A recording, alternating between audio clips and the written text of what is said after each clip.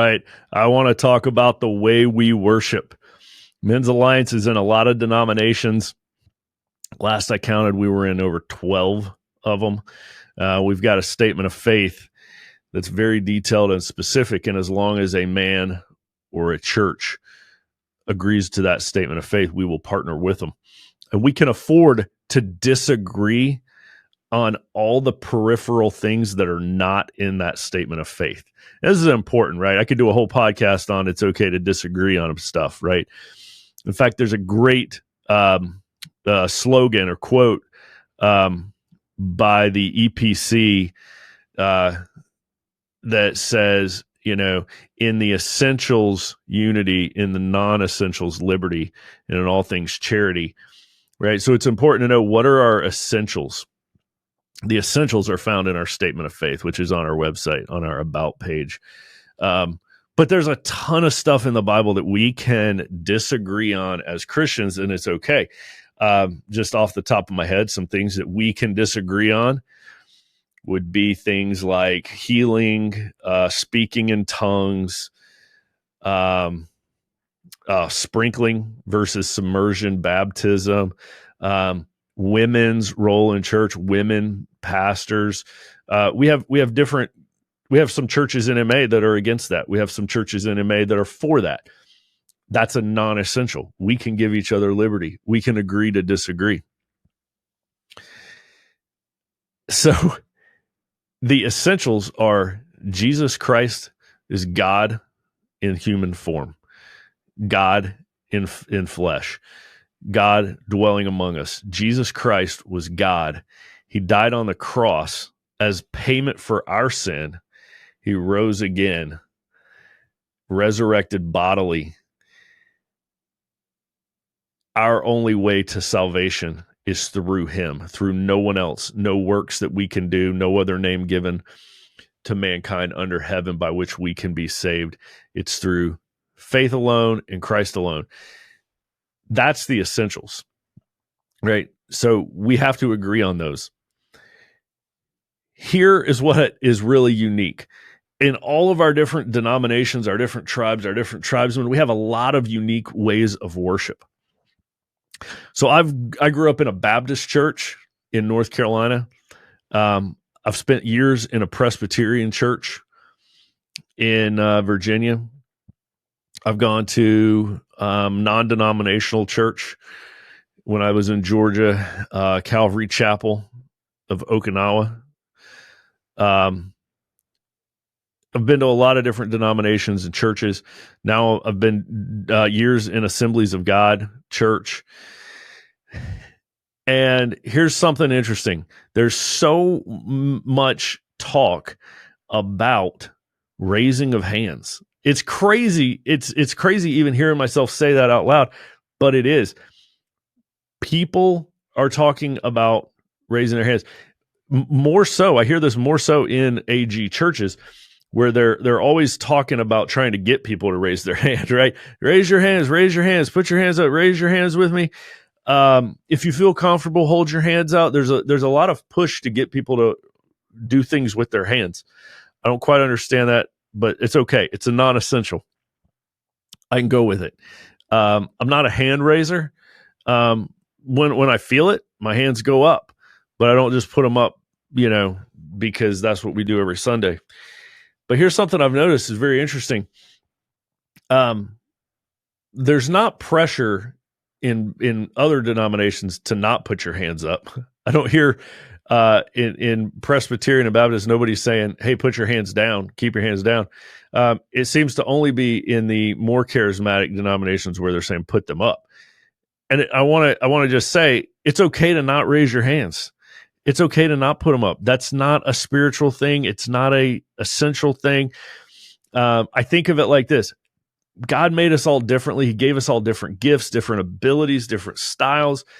We're all different parts of the body is the analogy, right? Like some people are the eyes, some people are the ears, some people are the arms, some people are the legs. We're not all called to do the same thing the same way. For instance, we're not all called to write books on theology. That's okay. We're not all authors or theologians.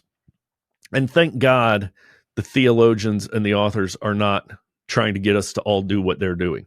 Come on, you guys, write books with us, write books. If you love God, you should be writing books on theology with us. We'd be like, no, that's your thing. That's how you love God, and that's how he made you.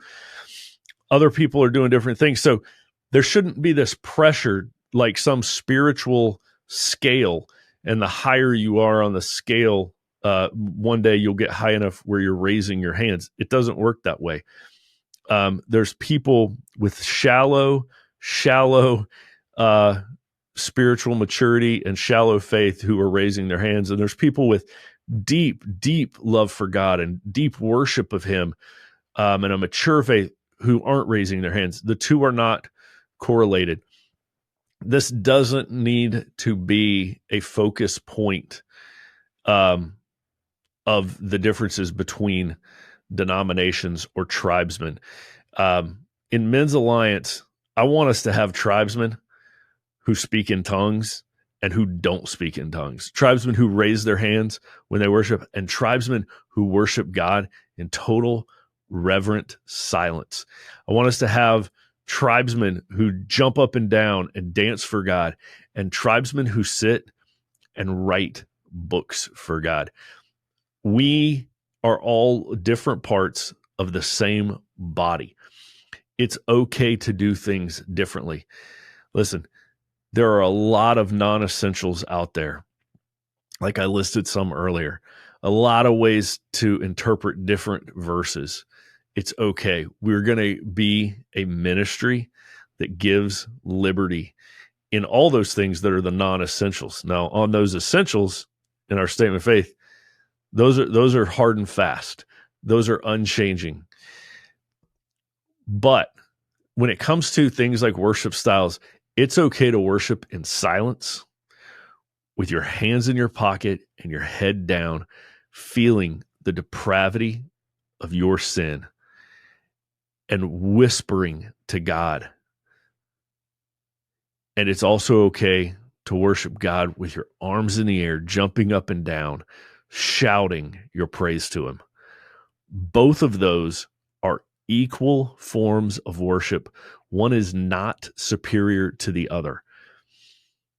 The guy with his hands raised should not be telling the other guy, hey, okay, it's okay to raise your hands. You don't have to, whatever. The kind of little smirky, shaming comment is no more so than the quiet guy should tell the other guy to put his hands down. I want us to be a ministry that understands both sides of the coin, the uniqueness of how God made us. God made some of us poets, some of us authors, some of us gymnasts, some of us athletes, some of us singers and songwriters and musicians.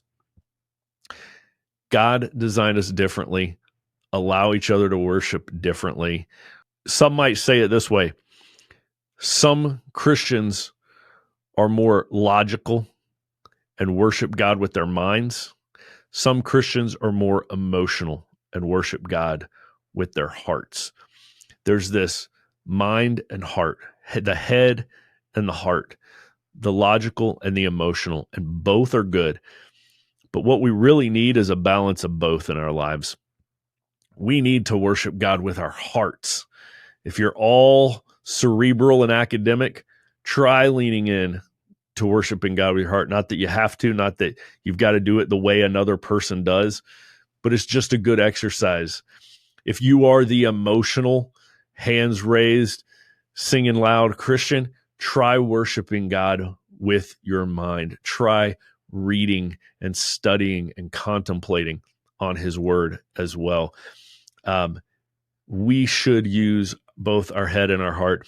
And I'll end with this powerful thought that I heard a few weeks ago, and that is this. It's easy to want more of God in us, to ask God to fill us, to receive more of the Spirit inside of us, because that is exciting and that is rewarding and that would be fulfilling. It's an easy ask. But what we need to check ourselves on is not do we have more of God in us? It's, have we given God all of us? So before you pray for more of God in you, make sure you have given all of you to God. Go all in, giving yourself to God before you continually ask for more of God in you. It needs to be both. It must be both. Us in him and him in us.